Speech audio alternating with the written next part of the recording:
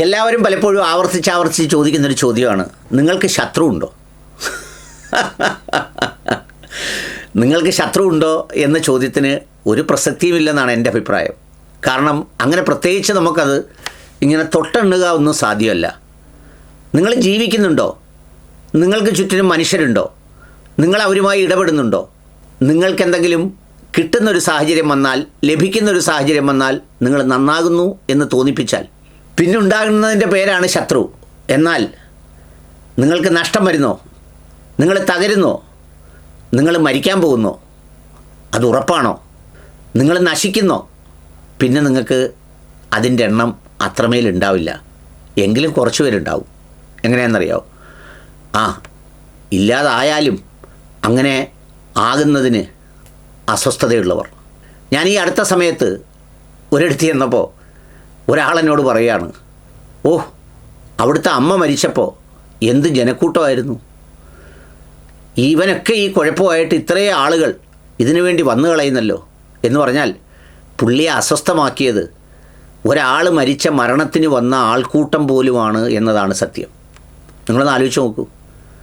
നിങ്ങൾക്കറിയുമോ, ഏറ്റവും സ്നേഹത്തോടെയും ഇഷ്ടത്തോടെയും നിങ്ങൾ കല്യാണത്തിന് ക്ഷണിക്കുമ്പോൾ ഞാൻ ചലഞ്ച് ചെയ്യുകയാണ്, അതിലൊരു 50% ആളുകളിൽ കുറയാതുള്ളവർ ഈ കല്യാണം തിക്കും തിരക്കോ ആകണമെന്നും ഭക്ഷണം മുഴുക്കാതിരിക്കണമെന്നും യവനൊന്ന് നാണം കടണമെന്നും അല്ലെങ്കിൽ അത്തരമൊരു സംഗതി ഉണ്ടാകുന്നെങ്കിൽ ഉണ്ടായിക്കോട്ടെ എന്നും അങ്ങനെ ഉണ്ടായാൽ സന്തോഷിക്കുന്നവരുമാണ് നമ്മൾ ക്ഷണിക്കുന്നവർ എന്ന് പറഞ്ഞാൽ അതിൽ പിന്നെ വല്ല കാര്യമുണ്ടോ?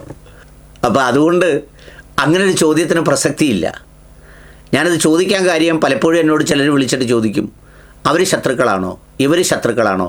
അങ്ങനെ ശത്രുക്കളാകുന്നതിന് ഒരു കാരണവും ഒരു ഘടകവും ഒന്നും നിങ്ങളുടെ സംരക്ഷണത്തിന് എത്തുകയേയില്ല. നിങ്ങളൊരു പ്രത്യേക ജാതിയിലോ മതത്തിലോ ആകട്ടെ, ആ മതത്തിൽപ്പെട്ടവർ നിങ്ങളെ സംരക്ഷിക്കും എന്ന് നിങ്ങൾ വിശ്വസിക്കുന്നുണ്ടോ? ഒന്നുമില്ല. നിങ്ങളൊരു രാഷ്ട്രീയ പാർട്ടിയിലുള്ള ആളാകട്ടെ, നിങ്ങളെ ആ രാഷ്ട്രീയ പാർട്ടിയിൽപ്പെട്ടവർ സംരക്ഷിക്കും എന്ന് നിങ്ങൾ വിശ്വസിക്കുന്നുണ്ടോ? ഒന്നുമില്ല. നിങ്ങൾ ഏതെങ്കിലും ഒരു കുടുംബത്തിൽപ്പെട്ടവരായതുകൊണ്ട് ആ കുടുംബത്തിൽപ്പെട്ടവരെല്ലാം കൂടി നിങ്ങളെ സംരക്ഷിക്കുമെന്ന് വിചാരിക്കുന്നുണ്ടോ? ഇല്ല. എന്ന് മാത്രമല്ല, ഈ പറഞ്ഞതിലെല്ലാമായിരിക്കും നിങ്ങൾക്ക് ഏറ്റവും കൂടുതൽ ശത്രുക്കൾ ഉണ്ടാവുക.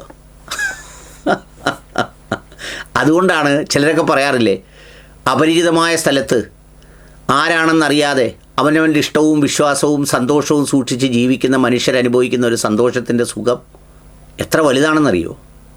ഒരു പെൺകുട്ടി, ആ പെൺകുട്ടിയുടെ വിവാഹം ഒരു ക്ഷേത്രത്തിൽ വെച്ചാണ്. അതിനൊരു സ്വർണം കൊടുക്കാനായി എന്നോട് വിശ്വാസമുള്ള ഒരാൾ എന്നോട് ആ സമയത്ത് പറഞ്ഞു, ആരെങ്കിലും പാവപ്പെട്ട കുട്ടികളുണ്ടെങ്കിൽ കെട്ടിക്കാൻ 1 പവൻ്റെയോ 2 പവൻ്റെയോ സ്വർണം കൊടുക്കാമെന്ന് പറഞ്ഞു.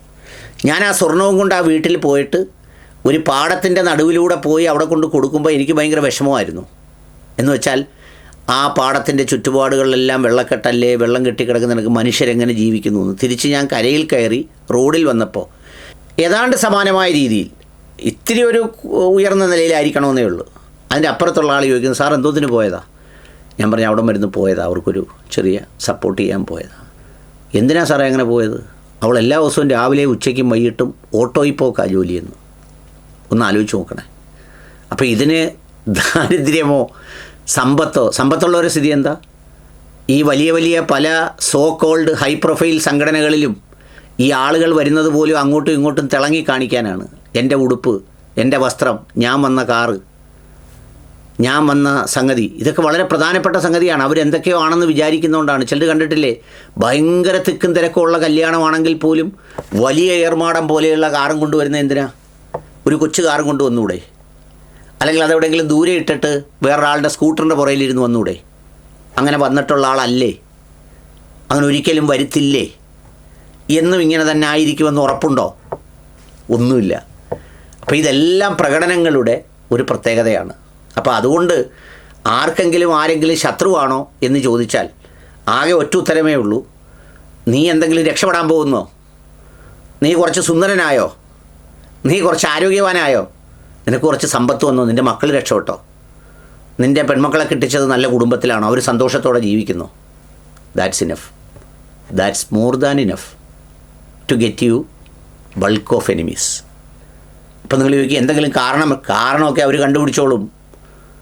എന്തെല്ലാം കാരണങ്ങൾ. വിദേശത്ത് പോയി കഷ്ടപ്പെടുന്ന ആളുകളെക്കുറിച്ച് പറയുന്നത് അവനവിടെ ബ്രേക്ക് ഡാൻസും ക്യാബറയും ആണെന്ന് പറയും. നാട്ടിൽ കഷ്ടപ്പെടുന്നവനെക്കുറിച്ച് പറയാം അവന് മറ്റേ പാർട്ടിക്കാരും മറ്റേ പണക്കാരെല്ലാം കൂടെ കൊടുക്കുന്നതാണ് അവരുടെ ബിനാമിയാണെന്ന് പറയും. ഇനി ഏതെങ്കിലും പദവിയിലിരിക്കുന്ന ആളാണെങ്കിൽ പറയും ഭയങ്കര കിട്ടക്കോ, അവിടെ ഇരുന്ന് കോടികളല്ലയോ വാങ്ങിക്കുന്ന കോടികൾ, ഇങ്ങനെ ആശ്വസിക്കും. ഇങ്ങനൊന്നും ഉള്ളവരില്ലെന്നല്ല ഞാൻ പറയുന്നത്. ഇതൊന്നും ചെയ്യാത്തതിൻ്റെ മേൽ ആരോപിച്ച് ശത്രുതയുടെ കാരണങ്ങൾ സൃഷ്ടിക്കുമ്പോഴാണ് ഇത് ഞാൻ പറയുന്നത്. മനസ്സിലായില്ലേ? അതാണ് സത്യം. ബാക്കി കുറച്ചുകൂടിയുണ്ട്, അത് പിന്നെ വരും ദിവസങ്ങളിൽ പറയാം.